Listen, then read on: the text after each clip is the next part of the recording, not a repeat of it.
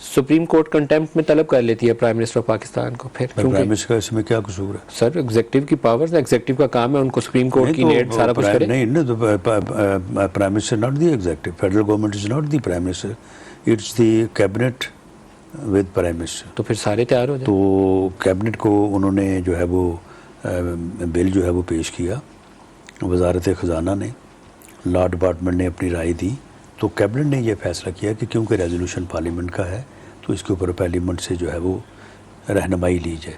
अब अगर parliament reject करती है तो रिजेक्ट होगा, एक्सेप्ट कर ले तो पैसे दे देंगे। सर यूसुफ रजा गिलानी को अदालत ने खत लिखने का कहा था और खत वो नहीं था यूसुफ लिखा, रजा गिलानी को कहा था, खत नहीं लिखा उसने। मैं आपके आऊँगा, ये बड़े मज़े के अपने अल्फाज कहें कि यूसुफ रजा गिलानी को कहा था। शहबाज शरीफ को वो बुलाएंगे, आपको हुक्म दिया था, अमल नहीं किया उन्होंने। Till the rising of the court, इन्हें उनको हुक्म नहीं दिया उन्होंने। Till the rising of the court 5 साल की नाहल नहीं, उनको हुक्म ही नहीं दिया उन्होंने। फेडरल गवर्नमेंट अगर उनको वो बुलाएंगे तो उन्होंने कहा कि वो कहेगा कि फेडरल गवर्नमेंट को आपने कहा था, फेडरल गवर्नमेंट मैं नहीं हूँ, फेडरल गवर्नमेंट मेरे कैबिनेट है, आप कैबिनेट को बुला लें। कैबिनेट जो है वो इजाज़त भी दे सकती थी, लेकिन पार्लियामेंट के रेजोल्यूशन की वजह से उसने अपना पार्लियामेंट में भेज दिया। तो आप बराए मेहरबानी पार्लियामेंट को बुला लें, बुला के सारी पार्लियामेंट को नाहल करके घर भेज दें। वो एक स्टेप होगा, अगले स्टेप में वो प्राइम मिनिस्टर को बराह रास्त हुक्म देंगे। पहले स्टेप में वो आपका एक्सक्यूज सुनेंगे, अगले स्टेप में प्राइम मिनिस्टर जो है वो कर नहीं सकता। पार्लियामेंट के प्राइम मिनिस्टर के पास पावर ही नहीं है। कंटेम्प्ट नोट सर्व हुआ तो क्या करेंगे? कंटेम्प्ट प्राइम मिनिस्टर को डिस्क्वालीफाई प्राइम मिनिस्टर की ये पावर ही नहीं है, ये पावर प्राइम मिनिस्टर की नहीं, ये पावर कैबिनेट की है, ये वहाँ पे लफ्ज़ गवर्नमेंट है। फिर राना साहब आप भी साथ खड़े होंगे कुटेरे में? तो सारे खड़े होने को तैयार है। मैंने तो कहा कि पूरी पार्लियामेंट को बुला लें, पूरी पार्लियामेंट को बुला के इसको नाहल कर दें। लेकिन डिफेंस सेक्रेटरी है, फाइनेंस सेक्रेटरी है या मिनिस्टर है कंसर्न, जो भी सागदार होंगे, आप होंगे, ये सारों को तो वो तलब करके फिर 4-5 बंदों को नाहल कर देंगे। चलें, हम तो कहते हैं कि सबको कर दें, 4-5 को करना दो, 4-5 को कर दें। आज इलेक्शन कमीशन ने भी खत लिखे हैं और आपने शायद वो प्रपोज लॉ अमेंड भी किया है इलेक्शन कमीशन के हवाले से, कैबिनेट ने शायद उसको नहीं, मेरा ख्याल है कि उसको जो अमेंडमेंट इलेक्शन कमीशन ने सजेस्ट की हैं उनके ऊपर मेरा ख्याल बात आने वाले दिनों में होगी और उस पर अमेंडमेंट हो सकती है। Sir as a matter of principle आप इंतखाबात को जिस तरीके से आगे ले जाना चाह रहे हैं, ये तरीकाकार मुझे इससे हम उसको कहीं नहीं ले जाना चाहते, हम उसके वक्त पे उसको करवाना चाहते हैं। हम जो है वो जो आइन में लिखा है और उसके मुताबिक कराना चाहते हैं, केयर टेकर सेटअप के तहत कराना चाहते हैं, फ्री एंड फेयर कराना चाहते हैं और तमाम असम्बलियों के इकट्ठे इलेक्शन कराना चाहते हैं।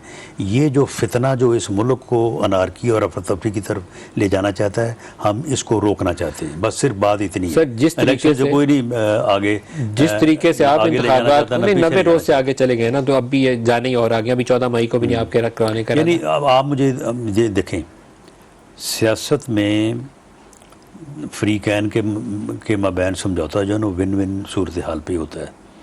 कोई लूज़र हो के जो है वो किसी बात को का फरीक नहीं बनता। आप मुझे बताएं कि इसकी शुरू से इतनी इसकी जो है वो बदनिजती है इस बंदे की कि ये हर मामले में जो है ना वो दूसरों को नीचा दिखाना चाहता है। अगर ये हरकत ना करता तो 25 मई की अगर ये अल्टीमेटम ना देता तो हम तो फैसला कर चुके थे। हम तो ये फैसला कर चुके थे कि असम्बलियाँ रिजॉल्व करके तो इलेक्शन में चले जाएं। और जब इसको खबर हुई, इसने आगे जो है वो धमकी दे दिया, उसने कहा कि जी मैं आ रहा हूँ 25 को इलेक्शन अनाउंस करें।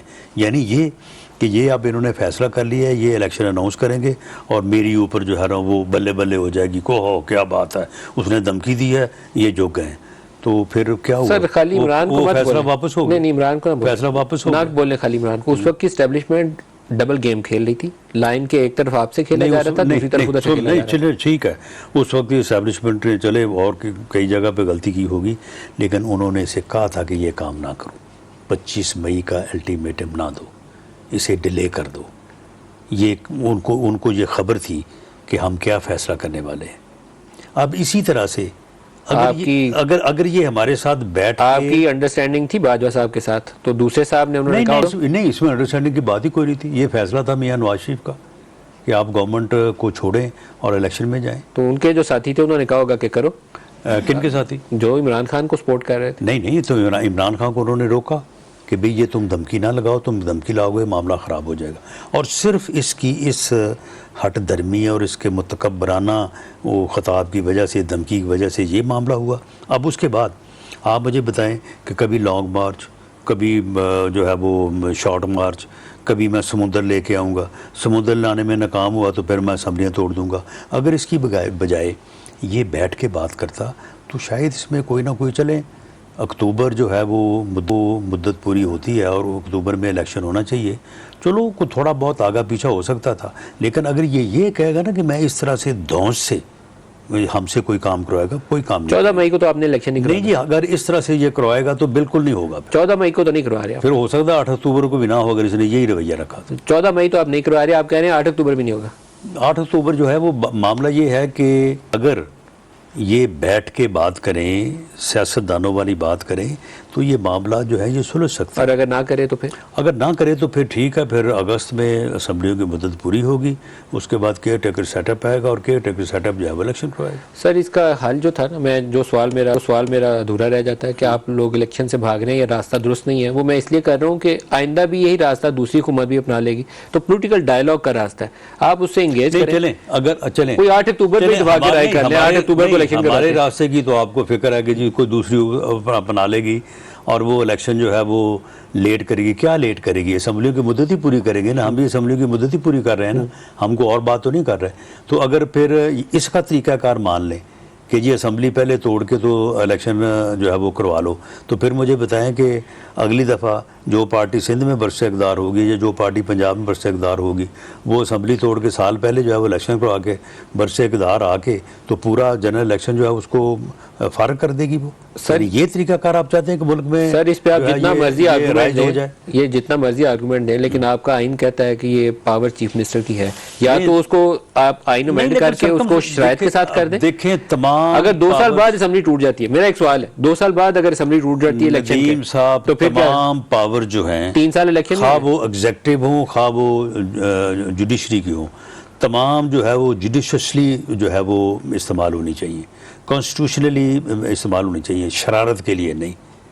ये इस आदमी ने ये शरारत के लिए, फितना गरी के लिए इसने ये जो है वो पावर इस्तेमाल की है। इसको देखा जाना चाहिए और ये देखना सुप्रीम कोर्ट का काम है। सर जब तक कॉन्स्टिट्यूशन अमेंड नहीं करें कुछ नहीं होगा। आखिरी 3-4 मिनट है, कोई कौम को खुशखबरी भी सुनाइए। लड़ाई से मुझे तो एज ए जर्नलिस्ट भी कई दफ़ा ना मैं बिल्कुल आके जाता हूँ, मैं कहता हूँ लोगों को कुछ तो तसल्ली दें। बहुत लंबी हो गई, ऑटो की लाइनों के अंदर 2014 से शुरू हुआ, 10 साल हो गए। ये आपकी एस्टैब्लिशमेंट की गेम है, आप सबसे ज़्यादा मुश्किल उन्हीं को पड़ रही है। एस्टैब्लिशमेंट की गेम भले सही, लेकिन बात यह है कि ये एक ऐसा बंदा पाकिस्तान की सियासत में इंट्रोड्यूस हो गया है। ये फितना जब तक इस मुल्क की सियासत से माइनस नहीं होगा, ये इस मुल्क में। सर वो आपका जुमला बड़ा काबिल इतराज़ था, अदम कि या हम रहेंगे या ये रहेंगे, वो काबिल इतराज़ है, ये नहीं बोलना चाहिए। देखिए बात है, एक सियासत के दान के तौर पे मैं तो आज भी कहता हूँ कि पोलिटिकली या तो ये फिर अगर ये फितना कामयाब होता है तो फिर हम नहीं है। अब ज़ीरे दाखिला पाकिस्तान है, आपको नहीं कहना चाहिए। नहीं, मामला ये है कि पोलिटिकली ये फितना अगर इस मुल्क की सियासत से हुआ वोट की ताकत से, तो मैं ये आपको लिख के देने को तैयार हूँ कि ये मुल्क और कौम को किसी हादसे से दो चार करना। Sir last question, last topic, अगर 2 का सवाल को मौका मिल गया। नवाज शरीफ ने आज या कल किसी वक्त सऊदी अरब पहुँच जाना, आखिरी शायद अशरा उन्होंने वहाँ गुजारना है। एक तवक्को है कि हमें सऊदी अरब से और यूएई से कोई $3 अरब या $4 अरब का एक पैकेज चाहिए IMF की वो किस्त आगे बढ़ाने के लिए मामला।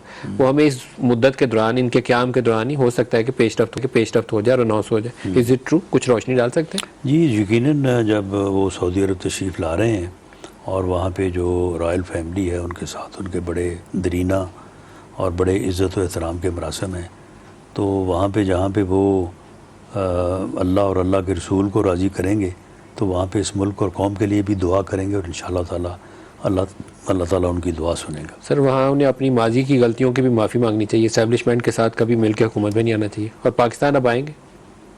जी पाकिस्तान तो उनका आने का प्रोग्राम जो है वो तय है कि वो इलेक्शन में इंशाअल्लाह ताला अपनी पार्टी को, मुस्लिम लीग नून को जो है वो लीड करेंगे। लेकिन अभी आएंगे या अभी वापस लंदन जाएंगे? नहीं, अभी तो मेरा ख्याल है वापस लंदन जाएंगे, वापस ईद तक क़याम करके तो वापस लंदन चले जाएंगे। मेरा ख्याल है कि तो ये जो पैकेज है, ये सऊदी भी और यूएई भी, आपकी एक्सपेक्टेशन है कि अगले 8-10 रोज़ में अनाउंस हो जाएगा? जी हमें पूरा यकीन है और इंशाअल्लाह ताला ये इससे हमारी जो मुआशी मुश्किलात हैं वो हल हो जाए।